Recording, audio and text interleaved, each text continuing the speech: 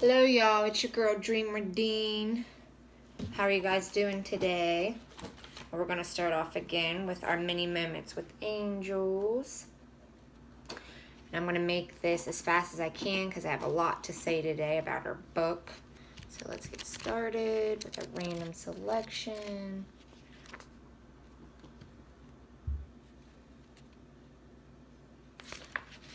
Okay. The warning. During World War II, James was a crew member on a B-29 bomber. They were flying over a part of Central Europe on their way to a target in Germany. As they were making their final approach to the assigned target area, he felt a strong hand on his shoulder and a voice commanded, "Get up and go back to the plane." Almost immediately after he had made his way to the back of the plane, they came under a limited anti-aircraft attack. James waited a bit longer and sensed it would be safe to return to his seat in front of the plane.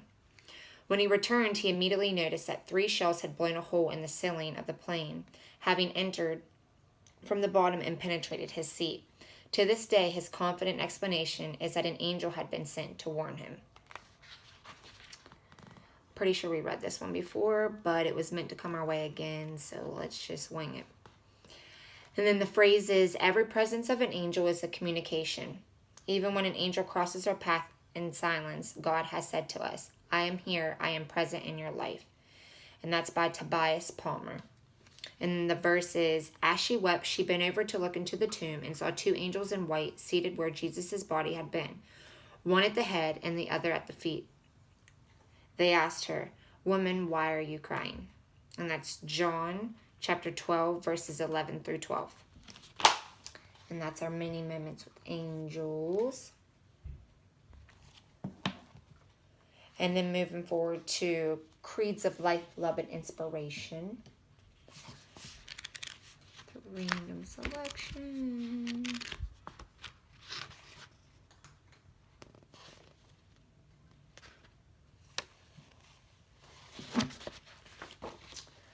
Okay.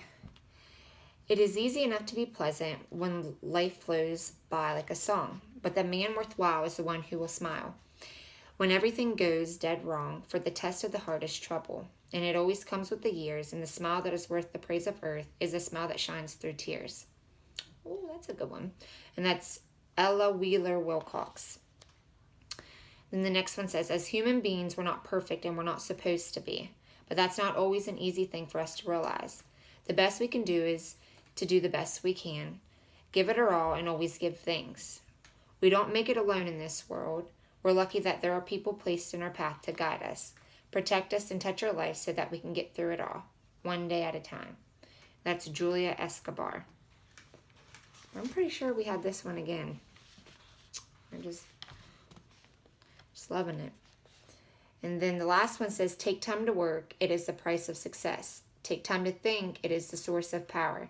Take time to play. It is the secret of perpetual youth. Take time to read. It is the foundation of wisdom. Take time to be friendly. It is the road to happiness. Take time to dream. It is hitching a wagon to a star. Take time to love and be loved. It is the privilege of the gods. Take time to look around. The day is too short to be selfish. Take time to laugh. It is the music of the soul. And that's an old Irish prayer. Again, that's creeds of life, love, and inspiration. So that's our readings for the day. And moving forward to our book. I'm super excited because it's amazing. And I'm so excited to share it with you guys. So if you didn't see last video, again, it was the Assertiveness Guide for Women. And like I said, I'm converting it to where it's just not relating to women. Some areas are, but I'm trying to make it to where you men can view it as well and gain success for assertiveness. So let's start with that. So it's before the intro. It's one of her friends that kind of wrote it for her. And the first books that she wrote was Equal Rights Handbook and the Calic and the Blade, which that focuses on cultural, historical barriers to empower women and what is needed to overcome them. And a little background of the author, Julie. She's an experienced psychotherapist and clinical social worker, as well as extensive researcher to show us how to cut through gender socialization These big words, I'm telling you. And move past behavioral relational patterns to express and to find our voice. Other things are practical, easy to use tools for day-to-day necessary changes in our lives. Help us understand our particular attachment styles and how becoming aware of them can free us from patterns that hold us back. Tools for self-soothing and self-compassion. Show us how we can develop the skills to make our needs and feelings known and to set boundaries while also being sensitive to others' needs and feelings. And then the intro just says pretty much assertiveness is generally defined as a way of communicating that is clear, confident, and self-assured. It enables you to express thoughts, feelings, needs, and wants without infringing on others' rights. The skills help to articulate your unique sense of self while maintaining your connection with others and allowing them to have an experience that is different from yours. And its core is about the courage to express difference. So a lot of keywords that you see there is others, different, difference. So it's not just really about you, it's how you portray your words to others. And it also teaches you how to develop emotional awareness and allow your feelings to guide you but not overwhelm you. And I kind of highlighted this because it says when you can stand up for yourself, you can transform your relationship. So it all starts with you. You know, the old saying is you have to love yourself to love others. Well, you have to be assertive to kind of transform your relationships, whether it's your spouse, your boyfriend, girlfriend, your sister, your aunt, so on and so forth. They're all important. And you'll develop better skills in clarity, confidence, calmness, connection, and compassion. Being the best you can be is really the only possible, or is only really possible when you are deeply connected to another. Splendid isolation is for planets, not people. Sorry, I made that like a run-on sentence, but there was a period after another. And that's by Johnson, 2013. And I really like where he said, splendid isolation is for planets, not people. Don't be a hermit crab tucked in your shell. There's people out there for a reason. And then moving on to chapter 1, the title is, What Does It Mean to Be Assertive? So assertiveness is an expression of difference. Again, difference. A loaded word that has different shades of meaning. So I'm going to turn to page 11. And I'm going to ask you a couple questions. So how do you define assertiveness? And consider the following questions. So think about the word assertiveness. What thoughts and images arise in your mind when you ponder this word? And I put a soft pastel environment with smiling faces. How do you choose to define assertiveness in your own life? I put speaking up for yourself, controlling your actions. And do you consider yourself to be an assertive person? I put yay and nay because I kind of want to improve in a lot of areas. So just ask yourself them questions. As we go along the readings, you'll kind of see where it'll foreplay and kind of help you in all those areas if you don't feel that you are so assertive. And then moving on, the 5 skills of assertiveness, which are the 5 S's, and later we'll go over the 5 C's. So the first one's self-reflection. The second is self-awareness. Third, self-soothing. Fourth, self-expression. And 5, self-expansion. So self-soothing, you're kind of like flooded emotionally. You're experiencing intense emotions. Your prefrontal cortex, which is the part of your brain responsible for abstract thinking and analyzing and regulating your behavior, gets hijacked by your primitive brain, which is your brainstem. Your primitive brain is designed to help you to survive in the life-threatening situations, which is what we always get referred to as fight, flight, or freeze response, which animals kind of just deal with it right there and then and they let it go. Us humans have more sensual feelings, so we hold on to them and it takes us longer to process that. Also, emotional management skills can help access and soothe emotions. The development of self-soothing skills allows you to move towards calmness so you can access your higher brain and express yourself in a clear and congruent way. I'm very bad at that. When I get in my personal feelings, I always say I don't know, because I honestly don't know how to express it. So if you're one of them, please follow along. This is going to help you drastically. So asking for what you want and need is what assertive is all about. So don't be afraid to ask what you want and need. People don't know unless you ask them. So assertiveness skills are not about pleasing others or elevating yourself about others. It's about treating yourself as equal with others and taking ownership of your well-being while respecting others' differences. Again, respecting others' differences. There's a lot of assertiveness is to do with others. And then there's kind of like a little diagram thing with the circle. So the outer circle is strangers, moving in is acquaintances, and then extended family and neighbors is next, along with immediate family and close friends being the next one. Second to last is your spouse or partner, and in the middle is you. So when you are able to express yourself clearly and consistently, it will lead to stronger connections with others. So feel good. Don't be afraid to admit that you have to work on yourself. Everyone does, but recognize it so that you can actually progress, so that your relationships get better with others and within yourself. So continuing on to chapter 1, again, like I said, the 5 S's were self-reflection. So now we're seeing the benefits to these, which are the 5 C's. So for self-reflection is clarity, self-awareness is confidence, self-soothing is calmness, self-expression is connection, and last but not least is self-expansion, which is compassion. And that wraps it up for chapter 1, which I'm going to try to do 2 chapters per video with you guys. So moving on to chapter 2 is attachment, emotions, and assertiveness. So speaking up in specific situations, our overall ability and willingness to communicate is influenced to a large, I don't even know what I put right there, but by our past relationship experiences, particularly those with our early caregivers, which are going to start hearing caregivers a lot. It's either the person who raised you, which could be your parents, your grandparents, your aunt, just the person who pretty much brought you up. And this emotional bond with another person is called an attachment, which I know a lot of us have probably heard people say you're so attached, or this relationship, they seem so attached. It's actually a positive thing when you have an attachment, just not to be too attached. So our attachment style influences our comfort level and skill level when it comes to being assertive. And your attachment style has also shaped your communication patterns. So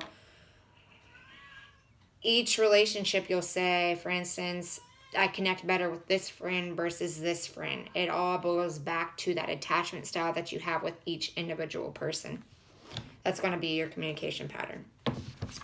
And then let me pull out my notes. Moving forward in chapter 2 still. So it's looking through attachment lenses. So psychologist John Bowlby in 1958, the attachment theory that he suggested that humans have an innate psychological need to form an emotional bond with caregivers, and that having a strong bond is crucial to healthy development. Infants separated from their parents, Bowlby and his colleague James Robertson noticed progressive and predictable patterns of behavior in these children after separation. So 4 components of attachment styles that children have naturally developed around to maintain connection with their caregivers are 1, proximity maintenance, which is desired to wear attachment figures to maintain physical closeness. 2, secure base, which the role which the caregiver plays and from which the child has explored the larger world. So have you ever seen a toddler walk away from her parent and then check back to make sure their parent is still behind them? Well, this is a normal part of that attachments process. And then number 3 is the safe haven. So the return to the caregiver for a kiss or a hug. So when the toddler feels scared or threatened, she will return to the caregiver for comfort. And then the 4th one is separation distress. So the emotional upset exhibited by your young children when they are separated from their parent or caregiver, which is a common example of this in a toddler. When their emotional protest is when she's left with a babysitter for the first time. And then moving on to relationship template. So if your caregivers were loving and generally responsive, you've likely developed a sense that you are lovable, that relationships are dependable, and that people are trustworthy. If so, you're more likely to feel a general sense of worthiness and a sense of safety in future relationships. So kudos to all those kids that were brought up with parents that stuck together, showed them how to communicate, was patient, because it made them feel worthy, which in future relationships only allowed them to choose people that they knew that was worthy for them. If you didn't, kind of like I say with my dysfunctional family, you'll see a different outcome. So if your caregivers were unpredictable, you may have grown up wonderful. If you are worthy of love, and you may have a nagging sense of fear and worry about whether other people will really love you and be there for you. So there's kind of like a disconnection of fear of not feeling secure if that person really loves you. So you're going to distance yourself from them. And these 4 attachments are also seen in adults. So not just children. These children form into adults, which those attachments grow bigger. So if you ever been in love, you probably know that feeling of wanting to spend time with and be close with your beloved one. This is a similar thing to proximity maintenance that we were talking about children. If you've ever felt inspired by your loved ones, like you could achieve and miss anything, this feeling is like an adult secure base. So when you were cherished, you felt more confident to try new things. And there's nothing like coming home to big hug after a difficult day, or hearing a big work presentation, the encouraging words, "You can do this, I believe in you." These are examples of an adult version of safe haven. So it makes you feel good and secure when you hear those words. And when adults are separated from loved ones, this usually occurs in separation distress. And then there's 3 attachment styles that I want you guys to focus on and see what one you guys are. So as we're reading through these chapters, you can kind of separate yourself and see what you need to work on. So secure, anxious, and avoidant. And they did studies in children, not adults, but in children, and 60% were secure, 20% were anxious, and another 20% were avoidant. So the first step in self-reflection process is getting familiar with your basic attachment style. And we're going to refer to page 36 real quick. Okay, so what's your adult attachment style? Let's bring the attachment style closer to home for you. So I'm going to read the following of these and which of these types best describes you. Type number 1. I often rely on others' approval to feel good about myself. I worry about my loved ones when we were physically apart. I often worry that I'll unintentionally push people away. I usually want to be closer to my friends, family, and lover than they want me to be. That's type 1. Type 2, I frequently feel suffocated in relationships, especially when intimate partners. I feel best about myself when I'm independent and anonymous. I've been labeled aloof or distant in more than a few different relationships. I often wonder why other people get so upset about trivial things, and I tend to let things roll off my back. That's type 2. Type 3 is, I like being with loved ones and also spending quiet time alone. I don't worry much about my loved ones when we're apart. I feel things deeply, but I rarely lose my cool. Most of the time, I am aware of what I'm feeling inside, and I have rarely felt smothered or suffocated in my love relationship. So 1 is anxious attachment style, 2 is avoidant attachment style, and 3 is secure attachment style. So really focus on the types that I told you and see which style you are. Again, type 1 is anxious, 2 is avoidant, and 3 is secure. And I boiled down to where I feel like I'm 3, a secure attachment style.